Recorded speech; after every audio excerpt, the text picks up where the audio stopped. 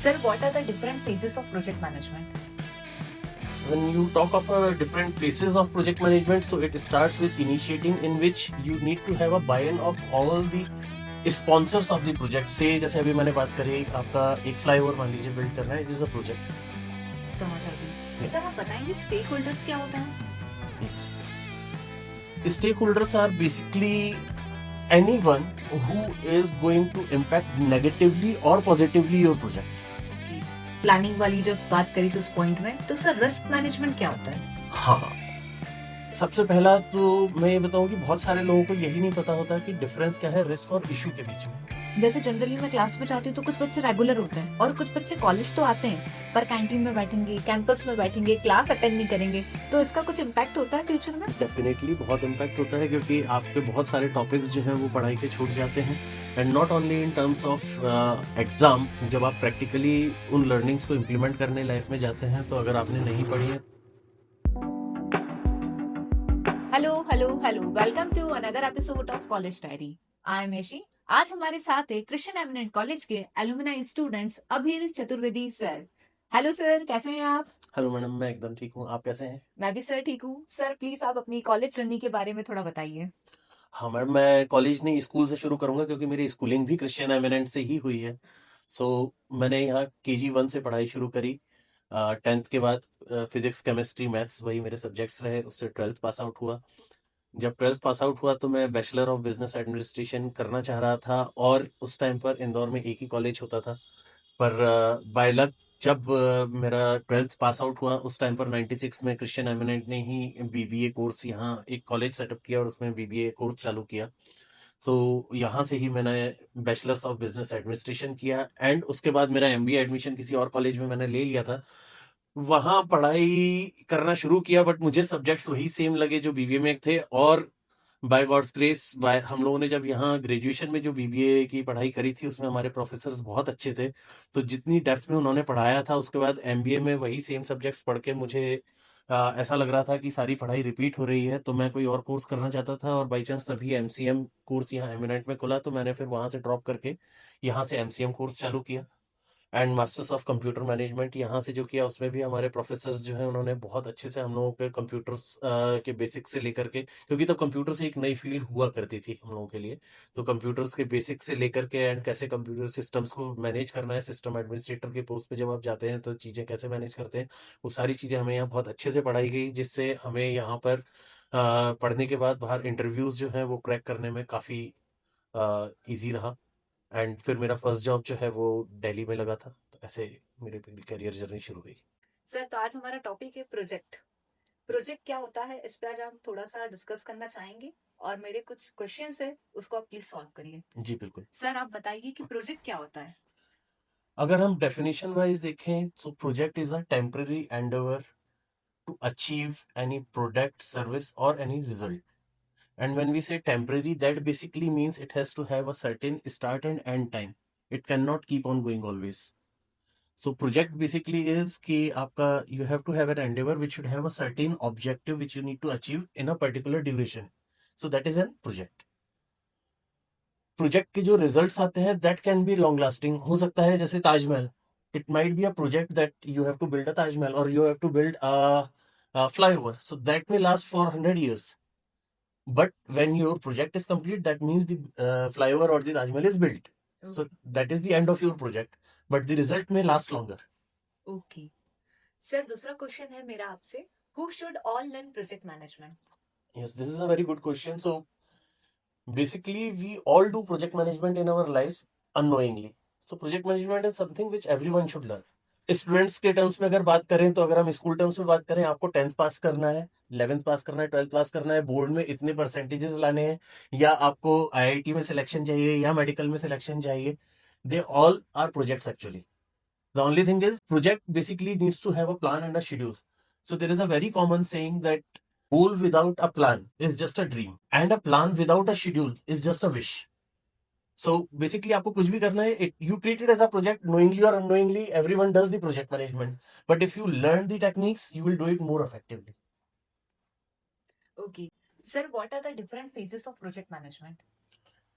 When you talk of different phases of project management, so it starts with initiating, in which you need to have a buy-in of all the sponsors of the project. से जैसे अभी मैंने बात करी, आपका एक flyover मान लीजिए बिल्ड करना है, इट इज अ प्रोजेक्ट.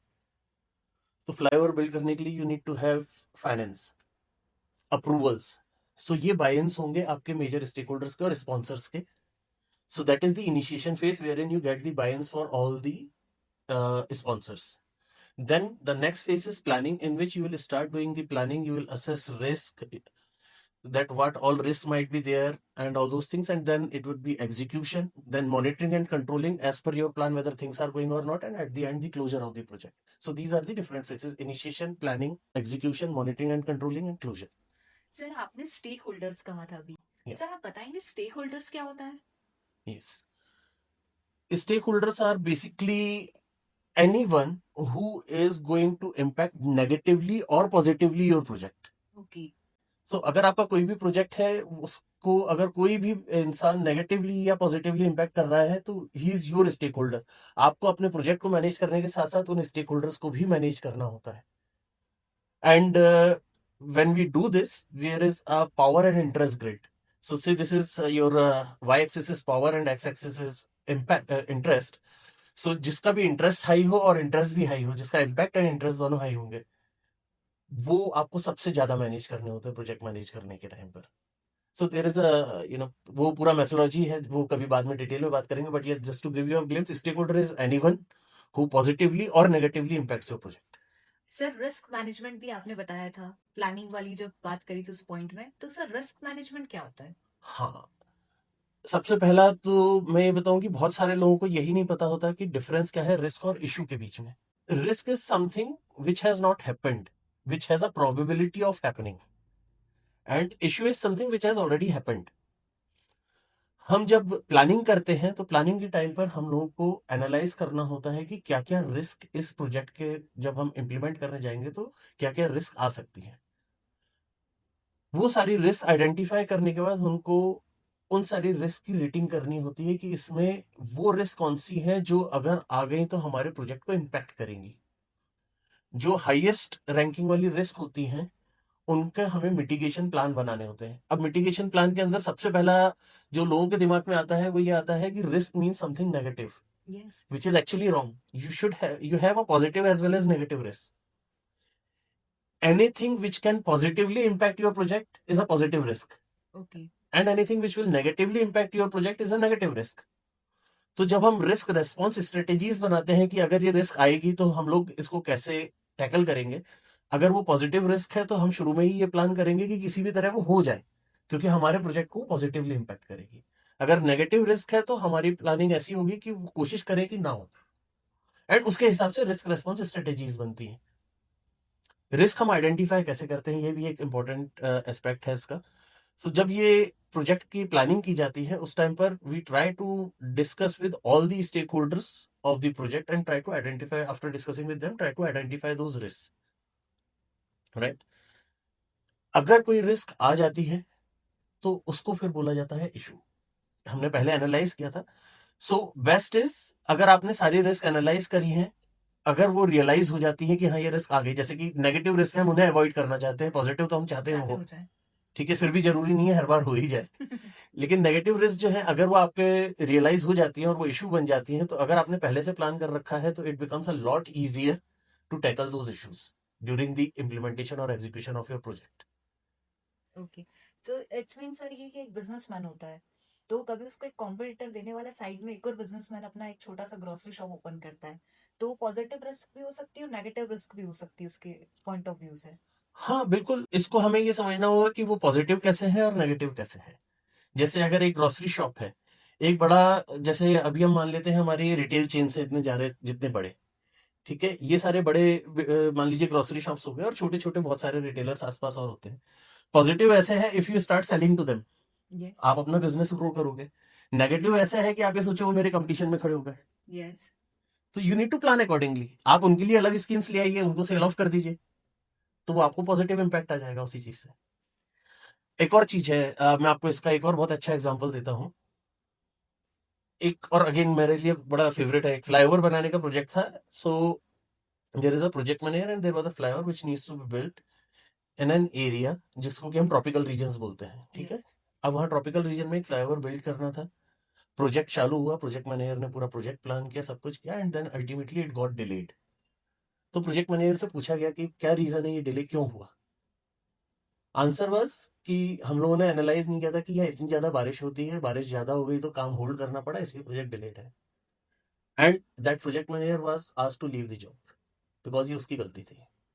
अब ये बहुत लोग नहीं समझते क्यों उसकी गलती थी, कि ये तो नेचुरल है, बारिश हो गई, कैसे करें।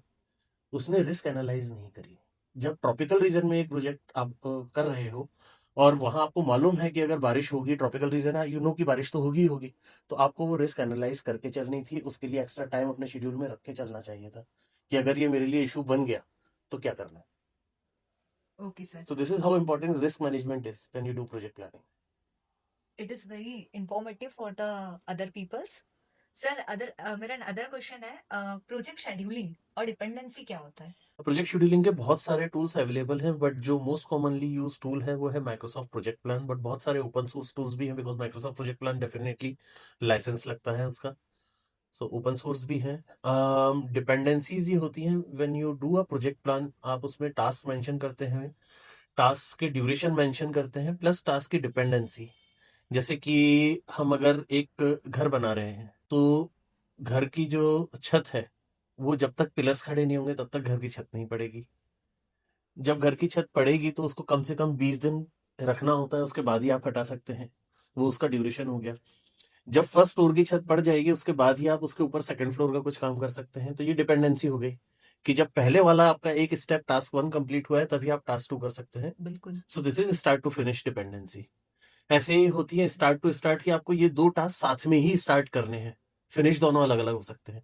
कुछ होती है फिनिश टू फिनिश डिपेंडेंसीज की दोनों आप कभी भी स्टार्ट करो पर साथ में खत्म होनी चाहिए। जैसे आपने एक फ्लाईओवर इधर से बनाना शुरू किया, इधर से बनाना शुरू किया, जब सेंटर में ला करके मिलना है वो अगर एक ही डेट पर मिलेगा तो बेस्ट है, ताकि आपका फ्लाईओवर पूरा टाइम से कंप्लीट हो जाए। तो ये फिनिश टू फिनिश डिपेंडेंसी हो गई। सो ये सारी डिपेंडेंसीज होती हैं जो आपको प्रोजेक्ट प्लानिंग के टाइम पर करनी होती हैं, शेड्यूलिंग के टाइम पर। इसमें आपको रिसोर्स भी एलोकेट करने होते हैं। जब आप रिसोर्सेज एलोकेट करते हैं, डिपेंडेंसीज डालते हैं, इसके साथ आपको ट्रेनिंग्स भी देखनी होती हैं कि जो रिसोर्सेज आप इसमें डिप्लॉय कर रहे हैं उनको सही नॉलेज है कि नहीं, जिस काम के लिए आपको जिस टास्क को फुलफिल करना है। एंड जब ये शेड्यूल बनकर के सामने आता है तब ये मालूम पड़ता है कि मेरा प्रोजेक्ट मुझे 3 महीने में करना था, पता चला ये 7 महीने पहुंच गया। तो फिर उसके अलग प्रोजेक्ट मैनेजमेंट में टेक्निक्स हैं कि हम कैसे इसको 3 महीने में या जितना भी मिनिमम पॉसिबल हो कैसे मिनिमाइज कर सकते हैं। तो वो अलग प्रोजेक्ट मैनेजमेंट टेक्निक्स हैं। सर कम्युनिकेशन मैनेजमेंट क्या होता है? Yes, this is very good question again. Communication is something which we say that every project manager 90% of the time goes in doing the communication, because project manager का main काम ही communicate करना है, सारे stake holders की expectations manage करना है। और वो मैनेज करने के लिए कम्युनिकेशन करना पड़ता है, आपको आपकी टीम के साथ कम्युनिकेट करना पड़ता है, उन्हें भी बताना होता है because they are also your stakeholders कि उनको किसको क्या काम करना है, कब करना है। कई बार ये भी बताना होता है कैसे करना है। सो that is the importance of communication. Communication की मेथोडोलॉजीज अलग अलग हो सकती हैं। कई बार पुश होता है communication when you send the communication to the people who needs to read it. जब बहुत ज्यादा लार्जर ऑडियंस होते हैं, कोई बहुत बड़ा प्रोजेक्ट है, तो फिर एक पुल कम्युनिकेशन होता है जिसमें आप सारे के सारे अपने जितने भी कम्युनिकेशन हैं वो एक रिपोजिटरी में डाल देते हैं। People are expected to read it from there rather than आप उनके पास भेजें या आप उनसे कम्युनिकेट करें one to one. So these are push and pull communication are the methodologies broadly, and that is the importance of communication. Because हमने ये देखा है कि अगर आप स्टेक होल्डर्स को सही मैनेज नहीं कर पाते हैं तो प्रोजेक्ट्स फेल होते हैं। So that is the importance of communication and stakeholder management. Sir आज का मेरा लास्ट क्वेश्चन है कि प्रोजेक्ट क्लोजर क्या होता है? जब आपका ऑब्जेक्टिव अचीव हो जाता है जिसके लिए प्रोजेक्ट ओपन हुआ था, वो अचीव होने के बाद प्रोजेक्ट क्लोज किया जाता है, जिसके लिए कि आपको बहुत सारे अप्रूवल्स भी लगते हैं सारे स्पॉन्सर्स से कि yes they are satisfied with the outcome of the project. And also as a best practice जब आप उस प्रोजेक्ट को क्लोज करते हो तो आपको एक डॉक्यूमेंट जरूर प्रिपेयर करना चाहिए which we call as lessons learn document, कि आपने इस प्रोजेक्ट को करने के लिए, एग्जीक्यूट करने के लिए जो भी चीज़ें आपके कौन से रिस्क थे, कौन से इशू में कन्वर्ट हुए, कौन से नहीं हुए, रिस्क को आपने मैनेज कैसे किया, इश्यूज को कैसे मैनेज किया, ये सारे एक लेसन्स लर्न डॉक्यूमेंट में जरूर क्रिएट होने चाहिए, क्योंकि अगर कोई सिमिलर प्रोजेक्ट आगे आता है तो they can reference this lessons learn document and refer use it to effectively manage their project in future. Sir I have one more question. जैसे जनरली मैं क्लास में जाती हूँ तो कुछ बच्चे रेगुलर होते हैं और कुछ बच्चे कॉलेज तो आते हैं पर कैंटीन में बैठेंगे, कैंपस में बैठेंगे, क्लास अटेंड नहीं करेंगे, तो इसका कुछ इम्पैक्ट होता है फ्यूचर में? डेफिनेटली बहुत इम्पैक्ट होता है, क्योंकि आपके बहुत सारे टॉपिक्स जो हैं वो पढ़ाई के छूट जाते हैं, and not only in terms of exam. जब आप प्रैक्टिकली उन लर्निंग्स को इम्प्लीमेंट करने लाइफ में जाते हैं, तो अगर आपने नहीं पढ़ी है तो आप उनको साइंटिफिकली समझ नहीं पाते हैं। सो लाइक ऐसा नहीं है कि मस्ती में कहीं कोई कमी नहीं होनी चाहिए, कॉलेज में जरूर मस्ती होनी चाहिए, बट क्लासेस रेगुलरली अटेंड करें सारी। अच्छा, एक और चीज होती है, अगर आपने क्लासेस रेगुलरली अटेंड करी हैं तो आपको घर पर कम पढ़ाई करनी पड़ती है एग्जाम टाइम में। अदरवाइज आपने बहुत सारे बच्चे जो जिनकी आप बात कर रहे हैं जो क्लासेस अटेंड नहीं करते, फिर वो एग्जाम टाइम में रात रात भर जग के पढ़ते हैं और उसके बाद भी रिजल्ट्स उनके अच्छे नहीं आते। Although it is not only about result, में फिर से कहूंगा, वो सारी लर्निंग्स जो उनकी कॉलेज में या स्कूल में छूट जाती हैं क्लासेस बंक करके, वो आगे बहुत इम्पैक्ट करती है। सर ग्रेजुएशन के बाद क्रिश्चियन एमिनेंट कॉलेज से आप जब पास आउट हुए उसके बाद आपका फर्स्ट जॉब क्या था? हाँ, मेरा पोस्ट ग्रेजुएशन के बाद जो जॉब था वो तो दिल्ली में आईटी इंडस्ट्री में था, पर जब मैं यहाँ से गया, वही एम्प्लॉयबल आपको होना चाहिए जो मैं बोल रहा था, so that was actually not my first job. मैं जब यहाँ स्कूल में पढ़ता था 10th क्लास के बाद से ही मैंने अपनी पॉकेट मनी खुद ही जनरेट करना शुरू कर दिया था। सो मैंने पेपर हॉकर का भी काम किया है सुबह स्कूल स्टार्ट होने से पहले। स्कूल की जब गर्मियों की छुट्टी होती थी तो वर्कशॉप होती थी एक लेथ मशीन की, वहां जाकर के लेथ मशीन चलाना भी सीखा है। इसके बाद जब मैं यहाँ बीबीए कर रहा था, उस टाइम पर मैंने एक टिकटिंग एजेंसी हुआ करती थी जो फ्लाइट्स टिकट बुक किया करती थी, इंदौर की काफी फेमस। तो उन लोगों के साथ भी 3 साल काम किया जब हम लोग फ्लाइट्स टिकट बुक करते थे। तो बेसिकली फर्स्ट जॉब की बात की जाए अगर कॉलेज या कंप्लीट करने के बाद, तो वो दिल्ली में थी, लेकिन यहाँ भी उससे पहले मैं कम से कम 5-7 साल का एक्सपीरियंस गेन कर चुका था। एंड जब दिल्ली में गया तो first job definitely IT industry में थी एज अ डेवलपर, एंड वहां से शुरू किया था। तो स्टूडेंट्स आप लोगों ने देखा, सर ने बताया कि उनने खुद ही अपनी पॉकेट मनी अर्न करना शुरू करी। पढ़ाई के साथ साथ 10 से ही उनने अपना पॉकेट मनी भी अर्न करा, ग्रेजुएशन भी करा और साथ में एक्सपीरियंस भी लिया। ये सर के लिए बहुत यूजफुल रहा है। तो सर आपको और कुछ बताएंगे और क्या बेनिफिट मिले उनको लाइफ में? डेफिनेटली आप जब काम करना शुरू करते हैं तो आप बहुत सारे लोगों से दुनिया में इंटरेक्ट करते हैं। जितना इंटरेक्ट करते हैं उतना आप आउटस्पोकन होते हैं। जितना आउटस्पोकन होते हैं उतनी इजीली आप इंटरव्यूज आगे चल के क्रैक कर सकते हैं। So that is very important. अभी केवल अगर मैं कोई ये चाहे कि किताबों से पढ़ के और इंटरव्यूज क्रैक कर ले, तो वो प्रैक्टिकली पॉसिबल नहीं होता है। आपको एक्स्ट्रा करिकुलर एक्टिविटीज में पार्टिसिपेट करना चाहिए। डेफिनेटली जैसा मैंने किया, अगर आप चाहें तो आप अपना पॉकेट मनीज वगैरह try to earn it, because that will also give you experience of working somewhere. जितना आप बाहर जाके काम करेंगे उतना आप टीम वर्क करना भी सीखेंगे। एंड ये सारी चीजें जो है, जब आप आफ्टर स्टडीज जब कॉर्पोरेट्स में काम करने के लिए आते हैं, तो ये सारी ही चीजें मैटर करती हैं। और इसके साथ साथ आपकी पर्सनालिटी भी ग्रूम होती है और कम्युनिकेशन भी डेवलप्ड होता है। और आप ऑर्गेनाइजेशन में जब ग्रेजुएशन के बाद कभी जॉब पे जाते हैं, मास्टर डिग्री के बाद जाते हैं कोई ऑर्गेनाइजेशन में जॉब करने, तो आपके पास एक कॉन्फिडेंस लेवल भी होता है। तो आज आपने देखा प्रोजेक्ट मैनेजमेंट टॉपिक पे हमने डिस्कशन करा है, ये बहुत इंफॉर्मेटिव रहेगा। और आप कभी क्रिश्चियन एमिनेंट कॉलेज में एडमिशन लेते हैं तो आपको और भी इंटरैक्टिव सेशन मिलेंगे कई और टॉपिक्स पे इंडस्ट्री एक्सपर्टाइज के साथ। So please join us Christian eminent college. Thank you so much sir for this session, and फिर हम मिलेंगे अगले एपिसोड में। जब तक के लिए बाय बाय।